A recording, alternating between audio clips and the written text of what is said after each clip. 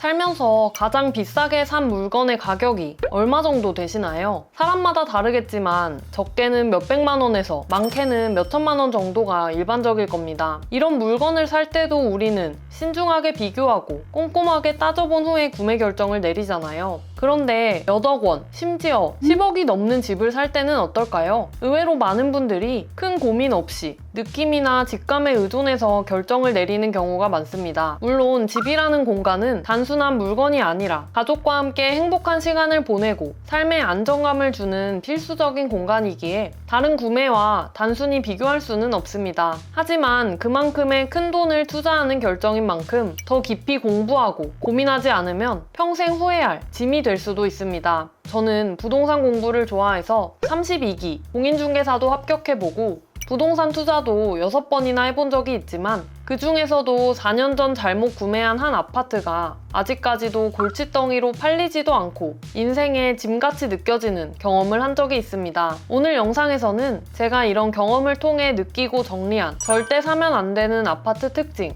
3가지에 대해 이야기해 보려고 합니다. 부동산에 관심이 있으시거나 내 집 마련을 하시려는 분들이라면 오늘 영상 끝까지 보시고 인생 최악의 선택으로 평생 후회할 일 피해보세요. 첫 번째로 절대 사면 안 되는 아파트 특징은 일자리로 연결되지 않는 아파트입니다. 일자리로 가는 교통편은 직장인만 체크해야 하는 거 아니야? 이렇게 생각하실 수가 있는데요. 우리나라에서 돈을 버는 사람들 중에 약 77%가 직장인이라고 합니다. 이 직장인들의 수요는 부동산 시장에서 매우 중요한 역할을 합니다. 왜냐면 사람들이 집을 선택할 때 직장과의 접근성이 가장 중요한 기준 중에 하나이기 때문입니다. 단순히 내가 재택근무를 한다거나 자영업을 하기 때문에 주요 직장 위치와 상관없이 내가 편한 위치에 집을 고르는 실수를 해서는 안 되는 이유입니다. 서울이나 수도권의 주요 업무지구로 출퇴근하는 직장인이라면 내 직장까지 출퇴근 시간이 얼마나 걸리는지, 대중교통이 잘 연결되어 있는지를 꼼꼼히 따져보게 됩니다. 만약 아파트가 주요 업무지구에서 너무 멀리 떨어져 있거나 대중교통 연결이 불편하다면 그 아파트는 당연히 수요가 적을 가능성이 높겠죠. 수요가 적다는 건 나중에 집을 팔고 싶을 때 매수자를 찾기 어렵다는 뜻이고, 그러면 부동산 상승장에서도 높은 가격을 받고 팔지 못하거나 하락장이 되면 거래가 아예 되지 않는 경우로 이어질 수 있습니다. 그렇다면 이 일자리로 연결되지 않는 아파트 어떻게 피할 수 있을까요? 서울의 3대 주요 업무지구는 광화문과 을지로 일대와 강남, 여의도입니다. 여기에 판교까지 더해서 최소한 이 4개 업무지구 중 하나까지 걸리는 시간이 대중교통으로 1시간 이내인지 확인해 보시는 게 좋습니다. 그리고 1시간 이내로 걸린다고 해도 환승을 2번 이상 해야 된다면 그렇지 않은 곳들보다 수요가 적을 수밖에 없겠죠. 2024년 통근 근로자 이동 특성 분석을 보면 우리나라 직장인들이 출퇴근에 쓰는 평균 시간이 약 73.9분이라고 합니다. 본인 기준이 아니라 일반적인 직장인의 기준으로 내가 사려고 하는 아파트와 주요 업무지구까지의 왕복 통근 시간을 계산해보세요. 출근 시간대에 지하철이나 버스 환승을 넣고 회사 출입 게이트까지의 동선까지 포함해주세요. 통계청의 이 평균 시간을 기준으로 내가 사려는 집은 평균 대비해서 얼마나 불리한지를 객관적으로 판단해보시는 게 중요합니다. 절대 사면 안 되는 아파트 특징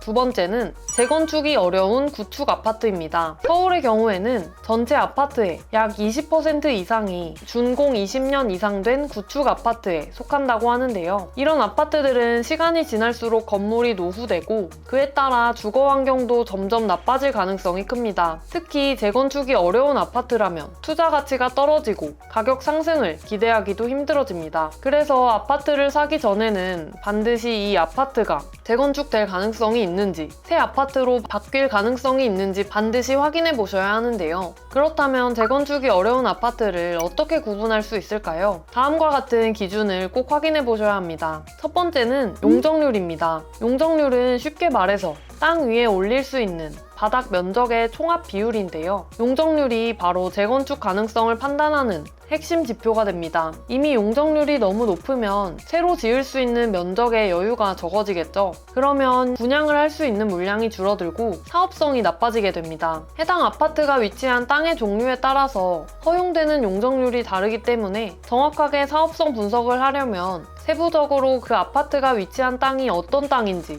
최대 허용되는 용적률이 몇 %인지 분석을 해봐야 합니다. 감으로 판단하기에 좋은 기준은 용적률이 300% 이상 아파트라면 재건축이 어려울 가능성이 높고 용적률이 150% 이하 수준이라면 비교적 재건축 가능성이 높을 거라고 보시면 됩니다. 두 번째로 좋은 입지인지 확인을 해보셔야 하는데요. 주변 생활 환경이나 대중교통 접근성을 포함해서 사람들이 선호하는 입지인지를 확인해야 합니다. 아파트를 새로 짓는다고 했을 때 이 아파트에 살고 싶은 사람이 많아야 분양가를 조금이라도 높게 책정해서 추가 분담금을 줄이고 사업성을 확보할 수 있기 때문입니다. 세 번째로 대지 지분을 확인해야 합니다. 대지 지분이란 해당 아파트의 호수가 가지고 있는 땅 지분이 얼마인지를 의미하는데요. 건물을 부수고 새로운 아파트를 짓게 되는 만큼 기존에 내가 사려고 하는 아파트가 가지고 있는 땅이 얼마만큼의 가치를 가지고 있는지가 중요해집니다. 일반적으로는 한 아파트 단지에 30평대 이상의 대형 평수가 많을수록 동일한 땅 위에 가지고 있는 지분이 많을 테니까 구매를 검토하고 있는 아파트가 대형 평수가 많은지 혹은 10평대 소형 평수가 많은지 확인해 보셔야 합니다. 그리고 종상향 가능 여부도 확인해 보셔야 하는데요. 처음에 살펴봤던 용적률과 함께 봐야 하는 부분입니다. 아파트가 위치하고 있는 땅이 어떤 땅으로 분류되느냐에 따라서 허용되는 용적률의 차이가 있다고 앞서 말씀드렸죠. 종상향이란 그 땅의 분류를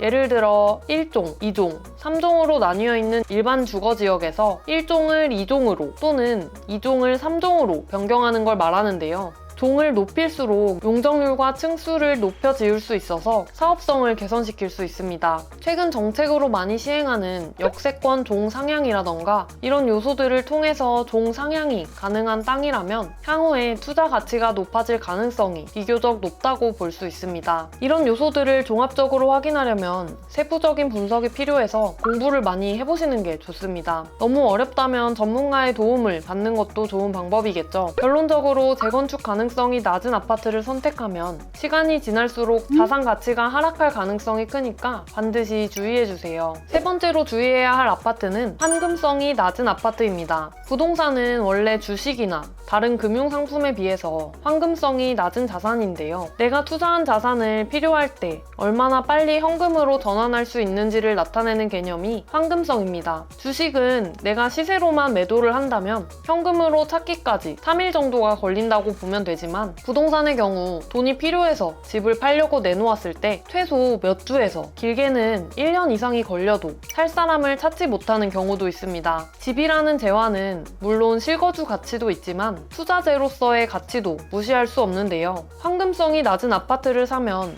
거래가 잘 되지 않는다는 뜻이다 보니 이 재화를 팔아서 다른 투자처에 투자하기도 어렵고 갈아타기를 한다던가 이런 중요한 상황에서 손해를 보는 일이 생길 가능성이 높아집니다. 이렇게 환금성이 낮은 아파트를 피하려면 실거래가를 통해서 거래 활성도를 확인하는 게 중요한데요. 예를 들어서 해당 단지가 나름 대단지 아파트인데도 최근 1년 동안 실거래가가 2~3건에 불과하거나 실거래가를 찾아볼 수 없다면 그 아파트가 시장에서 잘 팔리지 않는다는 표시로도 볼 수 있습니다. 내가 매도를 할 때도 잘 팔리지 않을 가능성이 높다고 볼 수 있겠죠. 그렇다면 환금성이 낮은 아파트를 구체적으로 어떻게 피할 수 있을까요? 다음과 같은 기준들을 가지고 살펴보셔야 하는데요. 첫 번째는 단지 규모입니다. 200세대 미만의 소규모 단지는 거래가 활발하지 않은 경우가 많습니다. 그리고 평형 구성도 살펴봐야 하는데요. 일반적으로 우리나라의 국민 평형은 전용 84제곱미터 아니면 전용 59제곱미터라고 하는데요. 이런 보편적인 평형이 아니라 특이하고 비표준적인 평형들로만 이루어진 아파트들을 간혹가다가 발견할 수 있습니다. 국민 평형이라고 불리는 표준적인 평형들은 수요가 많아서 거래가 활발하고 시세도 금방 알 수 있다 보니 쉽게 사고 팔 수 있는 반면 이렇게 평형이 비표준적인 경우 비교할 수 있는 거래 건수가 적어서 가격 수준을 가늠하기 어려워서 선호도가 비교적 떨어진다고 볼 수 있습니다. 이런 요소들을 종합적으로 확인하려면 국토교통부 실거래가 공개 시스템이나 호객노노, 아파트 실거래가 같은 부동산 사이트를 활용해서 거래 이력과 주변 시세를 꼼꼼히 살펴보셔야 합니다. 지금까지 절대 사면 안 되는 아파트의 3가지 특징을 자세히 살펴봤습니다. 이 3가지를 반드시 피하셔야지 후회 없는 내 집 마련을 하실 수 있으실 거예요. 오늘 정보가 도움이 되셨다면 지금 바로 저희 채널 채널 구독해주세요.